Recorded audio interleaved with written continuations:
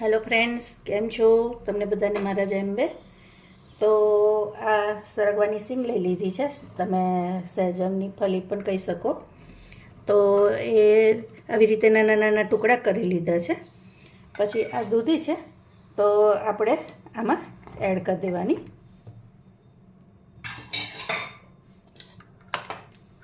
પછી ડુંગળી લીધી છે, 4-5 કળી લસણની લીધી છે ને ટામેટું લીધું છે. એ બધું આમાં આપણે એડ કરી દઈશું. હવે એમાં 1 કપ જેટલું પાણી એડ કરવાનું. પાણી વધારે હશે તોય વાંધો નહીં, થોડુંક વધારે નીચે જોઈ લેવાનું તમારે. જો પાણી દેખાય છે ને એટલું આપણે એડ કરીશું. આશરે 1 કપ 1.5 કપ જેવું થાય, બરાબર. હવે આમાં આપણે મીઠું એડ કરી દેવાનું. મીઠું થોડુંક એડ કરીશું, બીજું પછી ફરી એડ કરવાનું. અને આ થોડી હળદર છે એ આપણે એડ કરી દઈશું અને આને બરાબર આપણે મિક્સ કરી લેવાનું.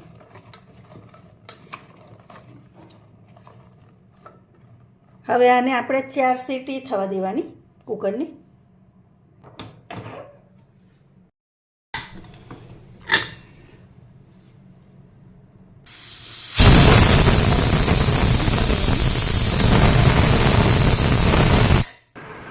તો હવે કુકર આપણે ઉતારી લઈશું અને એને જોઈ લઈએ.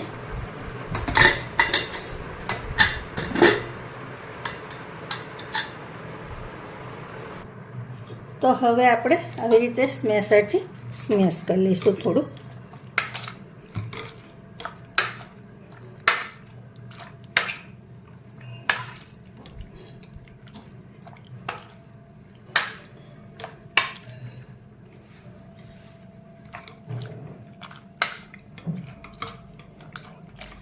આવી રીતે બધું જ દબાવીને એને સ્મેશ કરી લેવાનું. સોરી, મોબાઈલ પડી ગયો તો.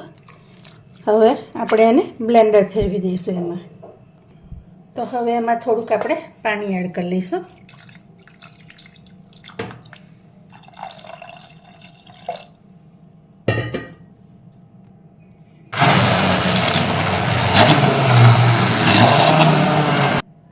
તો હવે આવું વાસણ લેવાનું અને આવી જારી લઈ લેવાની અને એમાં આપણે આ બધું રેડી દેવાનું.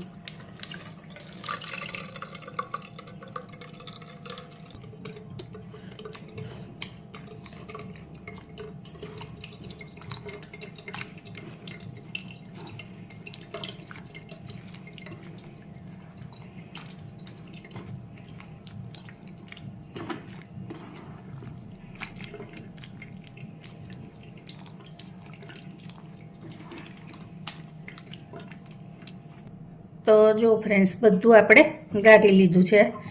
આવી રીતનું કન્સિસ્ટન્સી છે. હવે આમાં પાણી વધારે નહીં રેડવાનું.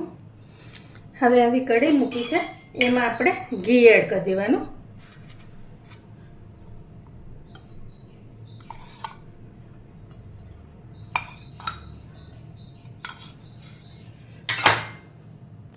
હવે ઘી થાય એટલે આ ખડા મસાલા છે, તજ, લવિંગ, મરી ને એવું, એ આપણે અંદર એડ કરી દેવાનું. અને થાય એટલે આપણે થોડુંક જીરું એડ કરી દઈશું અંદર. અને જીરું ચટકે એટલે તરત આ રેડી દેવાનું.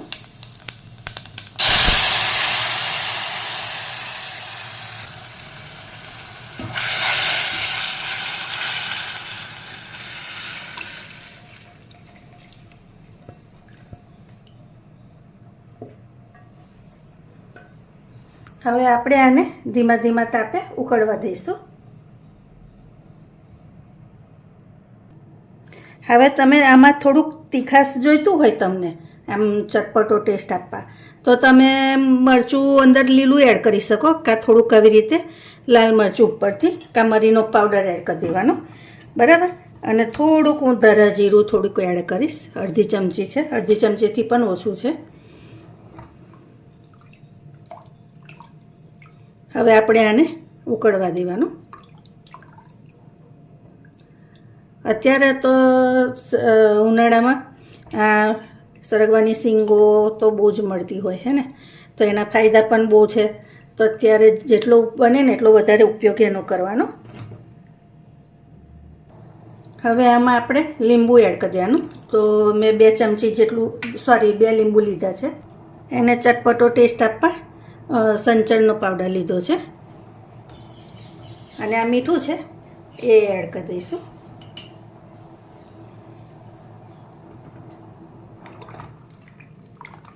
તમે એકવાર આ રીતે ચોક્કસથી બનાવીને જોજો, ખરેખર બહુ જ સરસ ટેસ્ટ આવશે અને બાળકોને પણ ખૂબ ભાવશે. તમારા બાળક કદાચ આ નહીં પીતા હોય ને તો એ પણ માગીને પીવે, એવો સરસ થાય છે. જો ફ્રેન્ડ્સ, મારે ખાલી વિડીયો બનાવવા માટે હું બનાવું છું એવું નથી. હું મારી રેસીપી તમારી સાથે એવી રીતે શેર કરું છું કે જે મને આવડે છે, જે આપણી હેલ્થ માટે સારું છે. આપણે રસોઈ કરતા હોઈએ તો ઘણા એવા બાળકો હોય, છોકરા છોકરીઓ હોય છે જેમને કુકિંગ નથી આવડતું, તો એ લોકો આવી નાની રેસીપી જોઈને શીખી શકે. એને લઈને હું બધી રેસીપી શેર કરતી હોય. હવે આ બધી રેસીપી કેવું છે કે આપણે ઘરમાં રૂટિનમાં જે બનાવતા હોય ને એ જ હોય છે, બરાબર ને? તો ઘણીવાર તમારી રેસીપી મારી રેસીપી પણ અલગ બને. આપણે જ્યારે ધારો કે આ સૂપ બનાવતા હોય તો તમારી રેસીપીની મેથડ અલગ હોય, મારી પણ અલગ હોય. તો ઘણીવાર તમારી મેથડ તમને ના ગમે, મારી ગમે, ઘણીવાર મારી ના ગમે ને તમારી ગમે. એટલે આ કેવું છે કે એને લઈને જ આ વિડીયો બનાવવાના કે જેને લઈને એકબીજા સાથે શેર થાય, નવું જાણવા મળે, નવું શીખવા મળે અને આપણી રેસીપી પણ બીજા લોકો જોવે, જાણે, બનાવે તો એની પણ ખુશી કંઈક અલગ હોય, હે ને? જોવાને આવી રીતે ઉકળવા જ દેવાનું.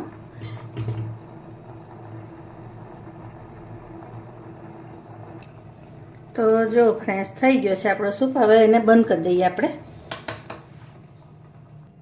તો જો ફ્રેન્ડ્સ, ગરમા ગરમ સૂપ તૈયાર છે. ચાલો સૂપ પીવા. આવી રેસીપી આ ચોક્કસથી તમે એકવાર ટ્રાય કરજો, બરાબર? અને તમને મેં બતાવું તો જુઓ, એકદમ સરસ આવી રીતનું થાય છે. તો તમને મારી રેસીપી કેવી લાગી એ પણ ચોક્કસથી કહેજો. લાઈક, શેર, સબસ્ક્રાઈબ કરજો. Thank you.